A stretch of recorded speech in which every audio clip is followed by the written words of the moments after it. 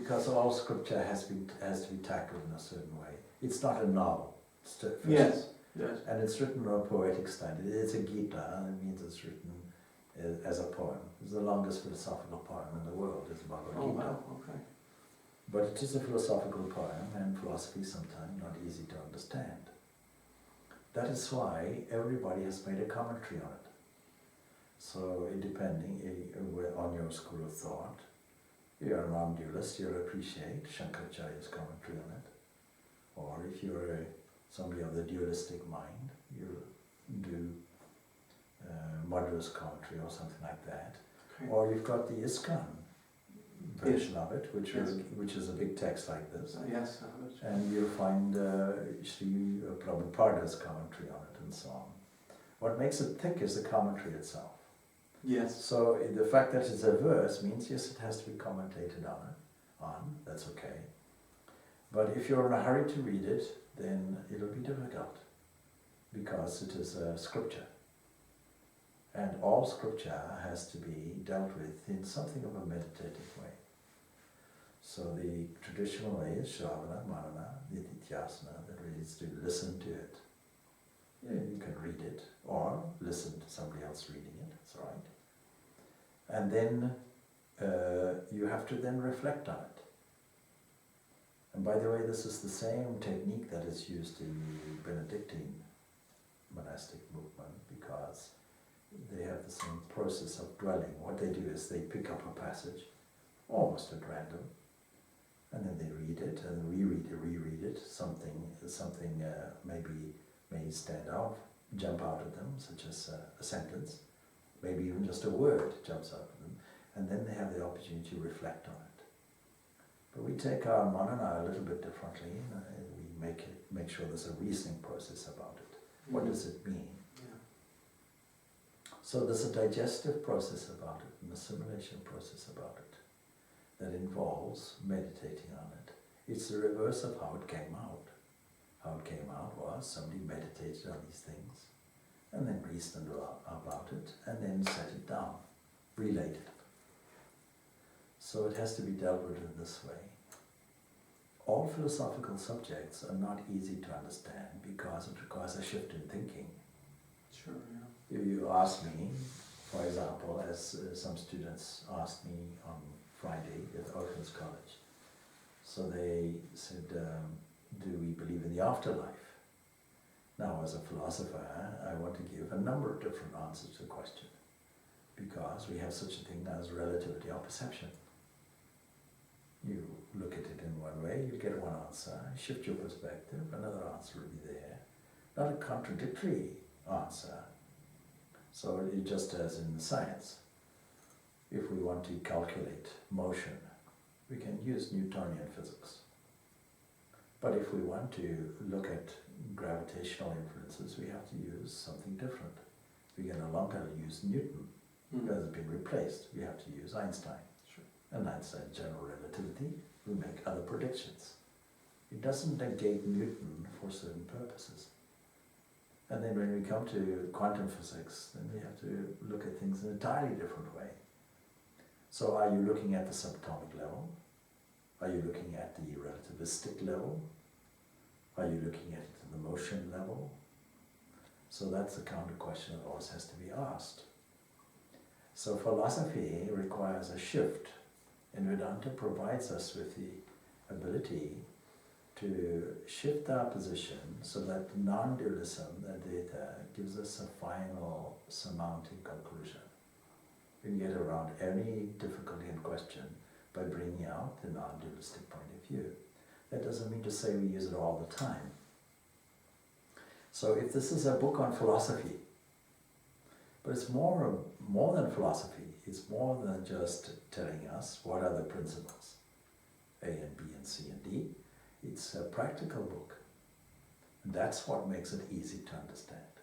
If you want some guidance about it, that's the first practical aspect. First practical aspect is, it describes a condition we all find ourselves in. Namely, we find ourselves in some kind of psychological difficulty, a stressful situation. And in the first chapter, you find a description of Arjuna in a state of nervous breakdown. He can't even hold his bow, shaking, quivering, makes a decision. It turns out to be a logical decision, but the wrong decision. Something that we can humanly make and make a mistake about it. Yeah, Sure. It doesn't really get us out of the difficulty. So all of us have that kind of difficulty, isn't it? Yes. Yeah. If you want, the most popular search on the internet is to do with stress relief. Oh wow. Yeah. That's great. Stress relief, peace of mind, those kinds of things is the most searched for subject, so I'm told, on the internet. So everybody's looking for that, Okay. making it a highly lucrative thing to be a psychologist. Fine. Absolutely. Yeah. Good luck. Yeah. So does religion provide some practical solution to a practical problem, or is it just a series of doctrines and dogmas and principles, philosophical or otherwise, that has no practical application? And this whole book is a conversation. How do I get out of this difficulty? And the desperation turning to a teacher turns out to be the best teacher ever. The best teacher in the world because he's a teacher who has come for a specific purpose, to create some kind of model of harmony for us to follow. Yes. So I've heard this from a number of people. Okay. I did the whole Bhagavad Gita with the Hindu Cultural Center. Okay. Yeah, over That's 2.5 years. Yes. Yes. 2.5 years to do the 18 chapters. Ah, Doing about 1 to 1.5 hours every week okay. for most weeks. But it was stimulated by a question in a Hindu audience. This is, we feel ashamed that we Hindus, thinking Hindus means Indian, which in itself is an incorrect understanding. Because this Bhagavad Gita is for the whole of humanity. It is not just for people in Maharashtra or Bengal or here or there. It's a message for humanity at large. Yes. So he says, I feel ashamed, he says, that we Indians, we don't understand all these things, Bhagavad Gita, Upanishads and so on. You seem to understand all of it. So I said, have you ever read the Bhagavad Gita? No. As soon as I pick it up, I start reading and I give up. So I said, all right, that's right, I'll give you a course on it. Needless to say, he never came. Oh, yeah. But that's what okay, people need to understand this. Well, let's do a teaching on it. Let's do a series of study and lectures on it. We did it over 2.5 years. 2.5 years. Yeah. But when you read the Bhagavad Gita, as I suppose many devotees do, you understand that it's an allegory for our lives and the struggle in our lives and for ultimate liberation. It seems very clear when you read it. So perhaps people find it difficult because they're not going into it looking in that particular. Yeah, and you require assistance, there's no doubt. Yes, assistance of So course. if you want to take it by yourself, you might get confused. Yes. You have to read the commentaries that are on, not just read, study the commentaries which are there. But the easiest way is get a teacher. Yes. A teacher to describe it, have a living commentary on it, who can discuss these things, and who has the facile to move around a little bit so that what one person may understand, another may not, so you can shift your understanding so both people understand. We had a workshop for children on it. Oh, for the For Gita? one day. Yeah. Oh, yeah, lovely. yeah, Okay. yeah. Oh, I remember. Yeah, I've seen the Yeah. photograph. Yeah, So- not so long ago. Yeah, so we might actually say that even a child can understand this. Yeah, with the right Yeah. guidance. Yeah. Yeah. Absolutely. But if I pick it up and try and read it like a novel or something like that, no, you won't. Yeah. It was. So Yeah. some people said, oh, I read the Bhagavad Gita. Yeah, but did you study it? It's a book of studies, Exactly. Yeah. the book of studies. The work in progress reflector. Yeah, and so it's put in verse form and not elaborated on. And there's a wealth of understanding that sits inside each stanza. Okay. Very profound. Not one word wasted, really. Okay. You can pick it up anywhere and catch it. Gotcha. As soon as you read, okay, that's the 11th chapter, understand. So it's to do with the cosmic vision. Okay.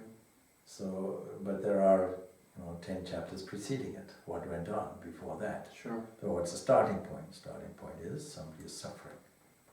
Somebody is in a crisis, a psychological crisis. When somebody is in a psychological crisis and is shaky about what they should do, then it requires a psychologist, and Krishna is the supreme psychologist. And straight away, his first recipe is like this. He says, this weakness doesn't become you. I don't know where this is from, this faint-hearted weakness, but stand up and be strong. What is the basis of your strength? The basis of your strength is that inside you is some entity that doesn't change. Water cannot wet it, and fire cannot burn it, and wind cannot dry it. It's something that remains. It's unaffected by all these other things. And so if your dilemma is that life is impinging on you, or you are impinging on life, in this example, that you are killing somebody and somebody is killing you, I have to tell you, there is no killing. No one is slain. So no one is being slain and no one is doing any slaying. At the most fundamental level, understand that. At the practical level, you may not be able to understand it. But understand the principle of it first. And the principle then has to be evaluated through logic. What's the logic of it? And here comes logic as a principle in philosophy. Logic of it says that if I'm to see these things, these changing events in front of me, and get disturbed by them, I have to understand there is a static evaluating principle that doesn't move when the others move, that is able to stand still when everything else moves, and in contrast is not moving. Pure introspection will come to that point. If you don't acknowledge that point, then you have no basis to say that I exist, but everybody acknowledges that they exist. There's one fundamental thing that you can assert. You can doubt the existence of everything else, but you certainly cannot doubt your own existence. There's a self-awareness about it that says, I exist. Because I exist, I now go and work and do various activities and relate to the world around me and try and perpetuate that existence. And nature itself knows it. Nature itself knows it, and we call it natural selection. The basis of natural selection is a feeling I have to survive. Yes. Where does it come from? If not from a sense of existence, self-existence. So there is existence, and there's self-existence, but the definition of existence is something that never comes and goes. It's a bit like asking, I gave this example on Friday, the validity of a car indicator, light. Okay. So you get somebody who's not accustomed to this, doesn't know the mechanisms working through a car, you say, please tell me, is your indicator working? Or is my indicator working? Go out the outside of the car, let me know, give me some feedback. The person says, yes, no, yes, no, yes, no, yes, no. When it's on, yes. When it's off, no. Yeah. So we evaluate the world like that. We think that it's a continuum. But actually, it's a series of appearances and disappearances. And we find it at every level. The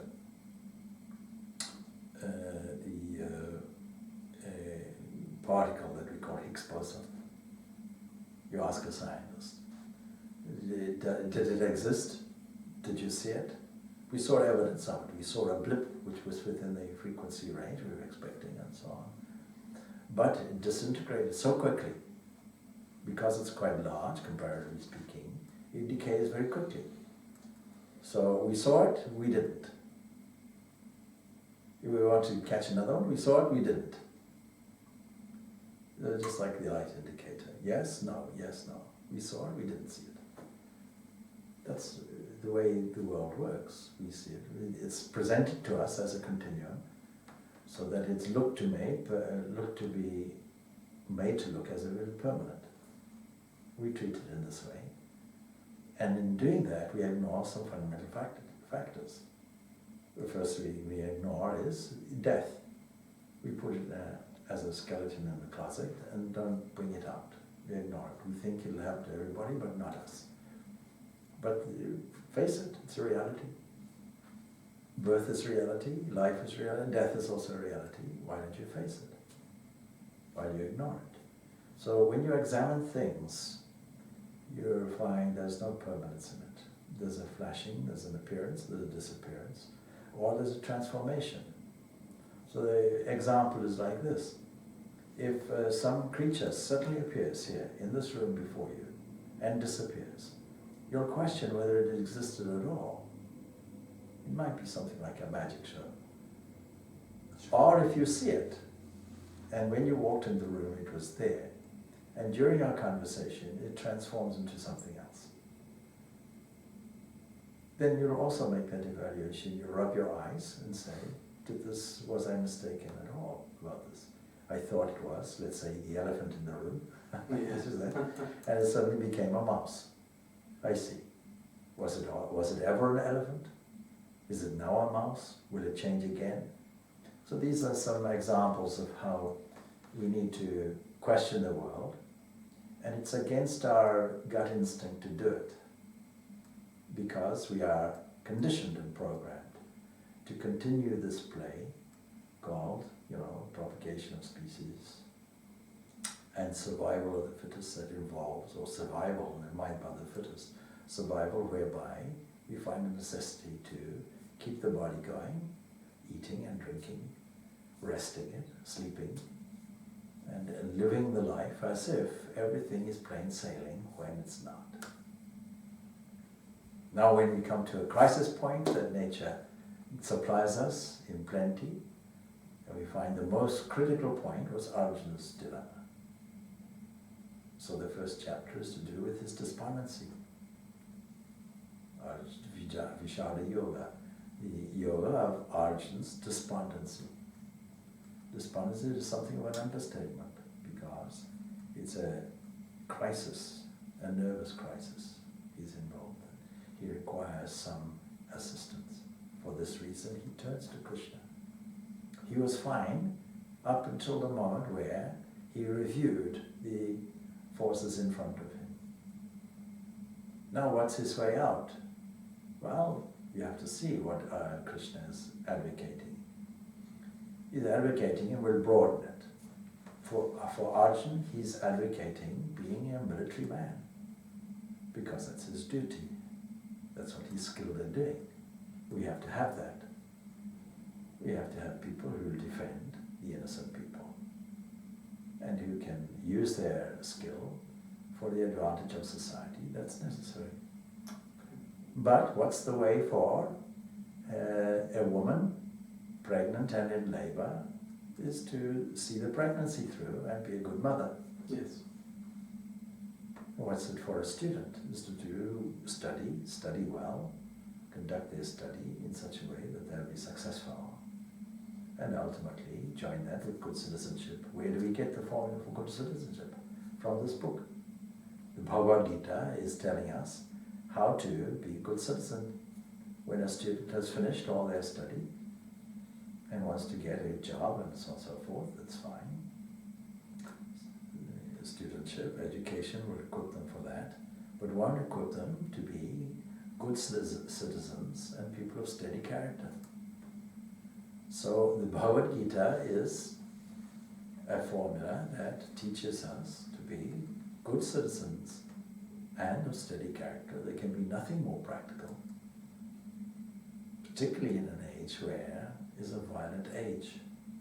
Sure. And the violence is brought to us, in some people's homes, through the media and so on, straight away, in glorious technicolor, that people can slaughter other people, not by authentic military engagement, but by pressing a button at a distance and slaughtering innocent women, children, people in Aleppo and so on and so forth. You find so many examples of that. Or by the avenue of terrorism, where you take vulnerable sections of society, men, women, children, and so on, and attack those. In both cases, we don't find the justification that we find here. Because some people say, oh, the Bhagavad Gita advocates war. No, it's not advocating war, it's advocating justice. And it's teaching people, do your duty in the situation in which you find yourself now, and your situation will be different from another's situation. And because of the extremity of the situation and uniqueness of the situation, then the 11th chapter provides a unique way of looking at things, a cosmic understanding. If you were in any doubt that this war was not what was a kind of destiny, then have a look, because here you see myself devouring all these people and blood flowing everywhere. It's a terrifying thing. Yes. But from the cosmic point of view, you see it as some variations of activities, something like a cosmic wave system going on.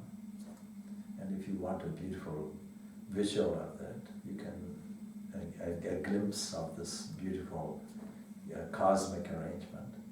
Then the Nataraja, Shiva dancing, is there, which illustrates this drama, and significantly is a bronze statue of dancing Shiva outside the CERN laboratory in Switzerland, where they have the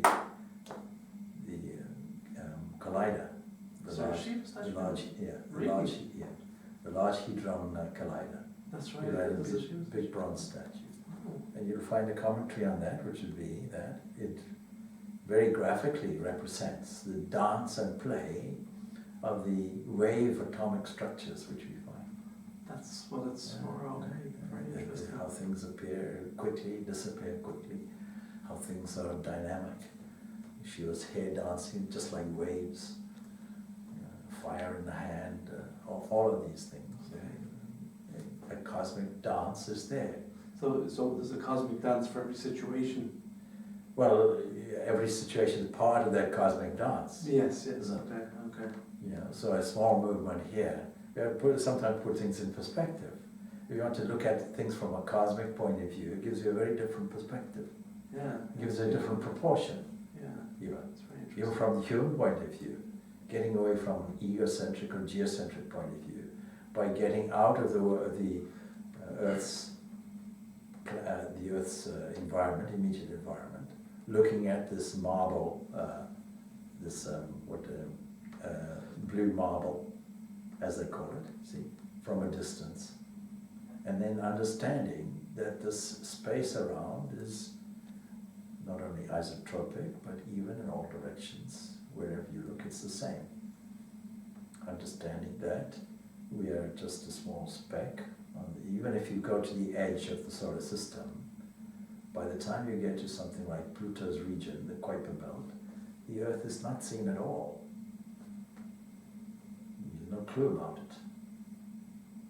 And when we get beyond the solar system, what we find is that our solar system, a very ordinary kind of sun, is there operating in the suburbs, as it were, of the Milky Way, and taking some several 100 million years to get around.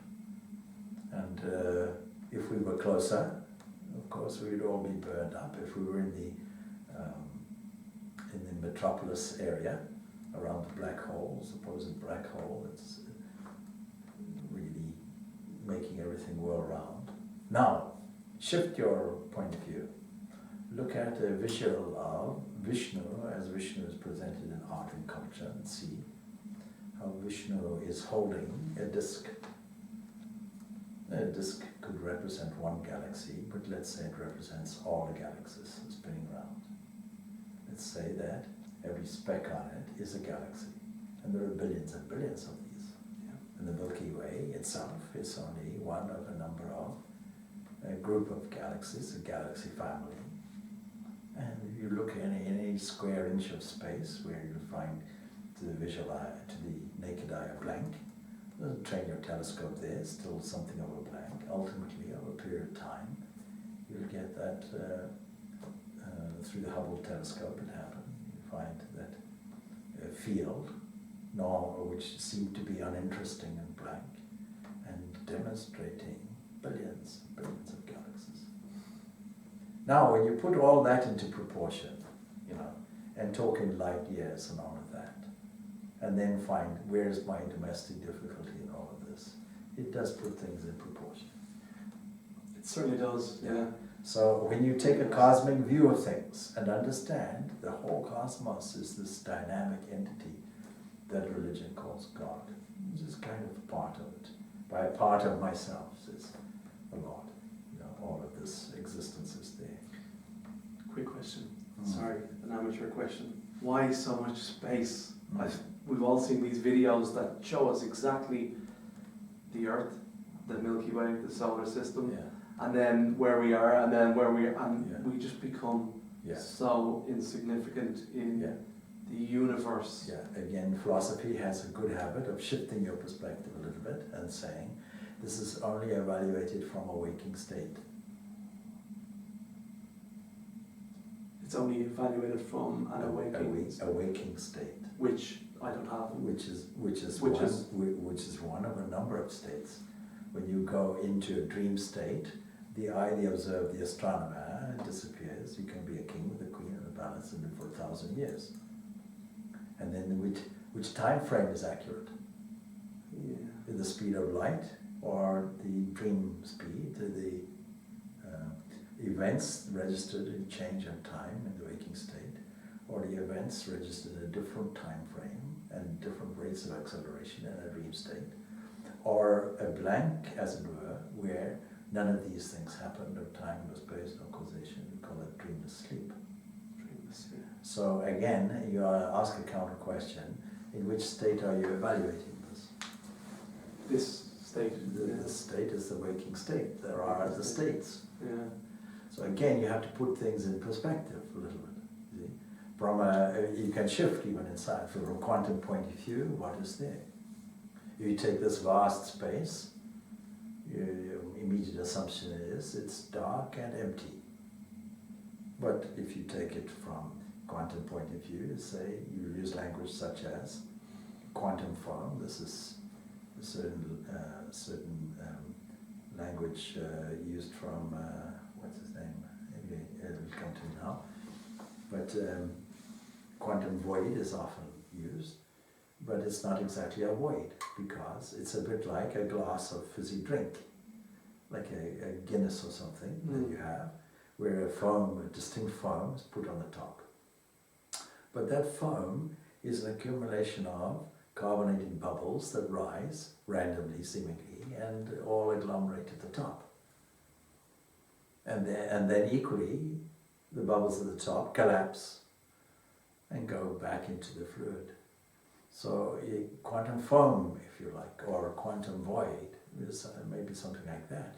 A dynamic area where a lot of things are happening, but the appearance and disappearance is happening very rapidly, what we call Maya. The thing that appears and disappears, there's no permanence for it. It seems to be real. We can't say it's unreal, and yet we can't say it's real either. We can't say it's existent, we can't say it's non-existent. When a thing appears, it's existent, then it's non-existent. Just like a kind of magic show, if you will, or an illusionist's effect. So there are some examples for that. The well-known examples are the snake and the rope, which we talked about before, and the tree stump being mistaken for a man, and the silver being mistaken for mother of pearl, and so on. These are three key examples often used. That it's not that it doesn't exist. The illusion exists, the appearance exists, and we relate to it in a real way.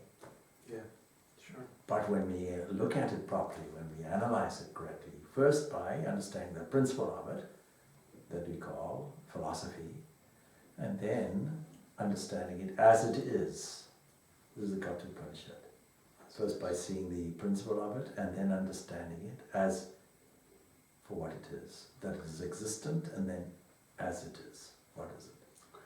And that is done through training, spiritual practice, and so on, all of these things. And 4 methods are available to us,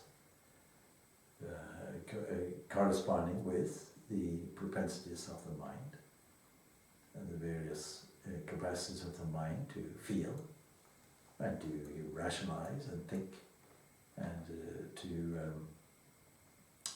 to act, to will, to be impulsive, to move toward, and the stability of the mind where an equilibrium is sought. So these correspond to meditation, karma yoga, bhakti yoga, jnana yoga.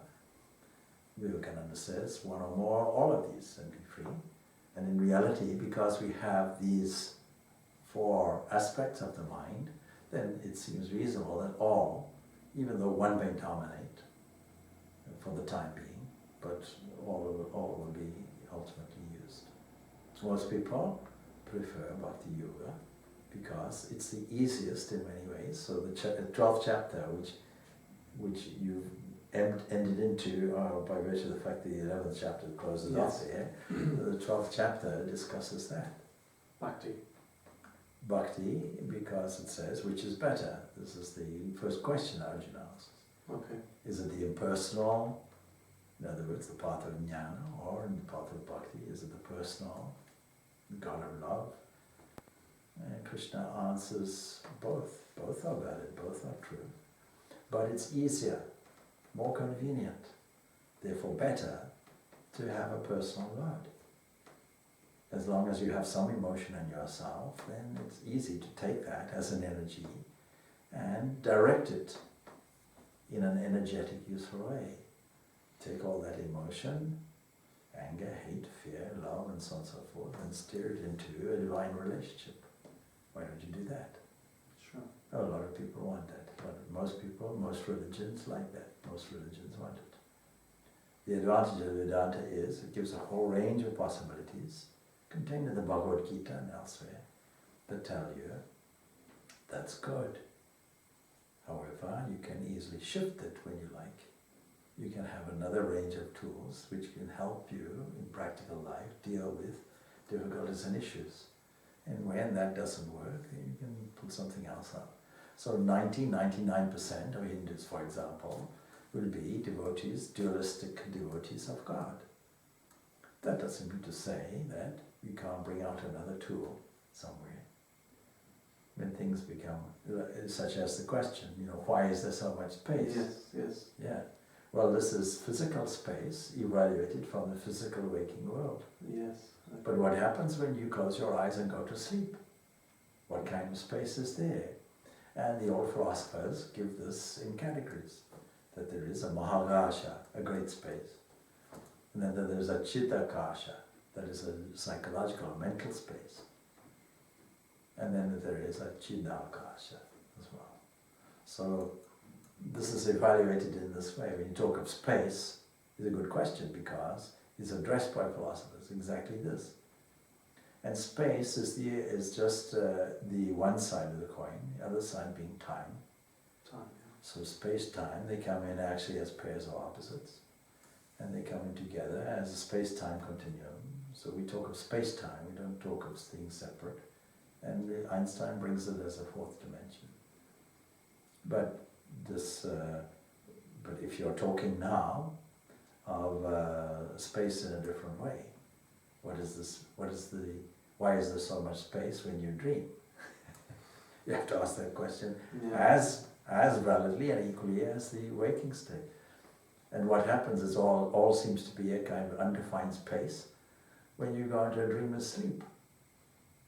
An absence of space, absence of time, absence of causality, absence of personal identity.